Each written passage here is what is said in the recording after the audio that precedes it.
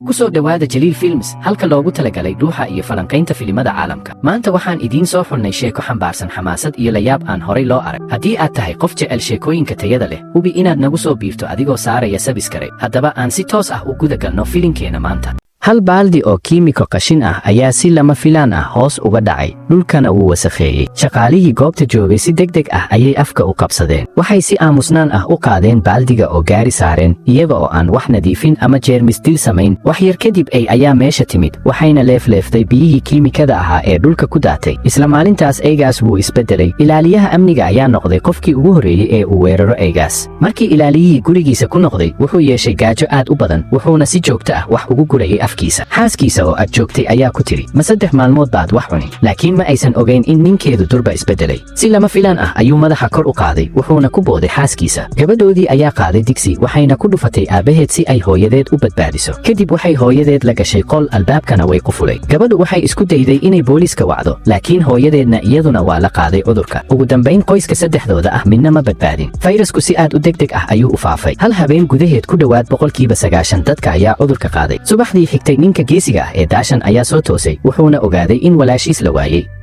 Wuxuu u baxay inuu raadiyo, laakiin waxa uu arkay ayaa ka yaabiyey. Dibadda waxa ka dhacay fowdo weyn, meel walbana waxaa joogay zombiyo. Si lama filaan ah zombi ayaa kor uga soo booday oo ku dhigtay Daashan. Nasiib wanaag Daashan aad buu u xoog badnaa, wuxuuna tuuray zombigii. Laakiin markuu mid ka takhalusay, mid labaad iyo mid saddexaad ayaa soo weeraray. Ugu dambayn Daashan wuxuu ku baxsaday mooto. Isagoo weli raadinaya walaashiis ayuu galay dhisme, halkaas oo dhowr dhakhtar ay ku samaynayeen cilmi baaris ku saabsan zombiyada. Mid ka mid ah dhakhaatiirta ayaa sheegay inuu og yahay meesha ay joogto walaashiis. Dhakhtarkaasi waxaa la yidhaahdaa Hyomi, waana gabadhii wasiirka. Maadaama Daashan hore u ka xanaajiyey wasiirku wuxuu qabsaday walaashiis. Hyomi waxay tidhi haddii Daashan u kaxeeyo iyaga magaalada 2 faa'iido ayaa jirta. Walaashiis waa la badbaadin karaa. Waxay heleen magaca fayraska, haddii ay gaaraan shaybaarka waxay samayn karaan daawo. Kadib waxay tageen guriga wasiirka, halkaas oo Daashan ka badbaadiyey walaashiis, isla markaana ka soo badbaadiyey wasiirkii oo xayirnaa. Markaas ayay dhammaantood u safreen bartamaha magaalada. Intii jidka lagu jiray, darawalkii si lama filaan ah ayuu baabuurka u joojiyey. Wasiirkii wuxuu mooday inay gaareen, markaas ayuu ka degay si uu u nasto. Laakiin isla markiiba zombiyo badan ayaa ka soo kacay dhulka. Wasiirkii aad buu u baqay, xitaa surwaalkii ayaa laga jiiday. Daashan wuxuu qaatay qori, wuxuuna bilaabay inuu mid u toogto zombiyada. Laakiin tiradoodu aad bay u badnayd, baabuurkiina waa la hareereeyey. Daashan wuxuu ku dhuftay geerka koowaad, gaaskana wuu riixay, kadibna si degdeg ah ayuu u leexiyey, taas oo keentay in kala bar zombiyada ka dhacaan baabuurka. Si kastaba ha ahaatee, qaar kale ayaa weli ku dheganaa. Markaas ayuu ku dhuftay geerka saddexaad, wuxuuna ku dhuftay baabuur kale, sidaas ayaana ugu dambayn zombiyadii uga dhacayeen. Ugu dambayn waxay gaareen bartamaha magaalada.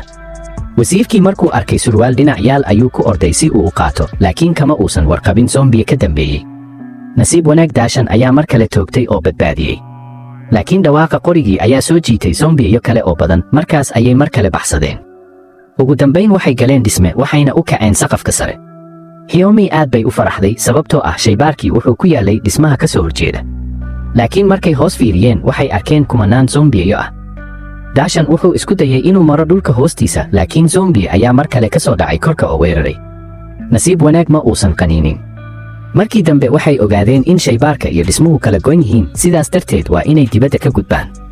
Markay hub ka raadinayeen supermarket, mid ka mid ah dhakhaatiirta ayaa si lama filaan ah zombi u noqday, wuxuuna qaniinay walaasha Daashan. Daashan wuu xanaaqay, wuxuuna zombigii ku garaacay ilaa uu hilib ka dhigay.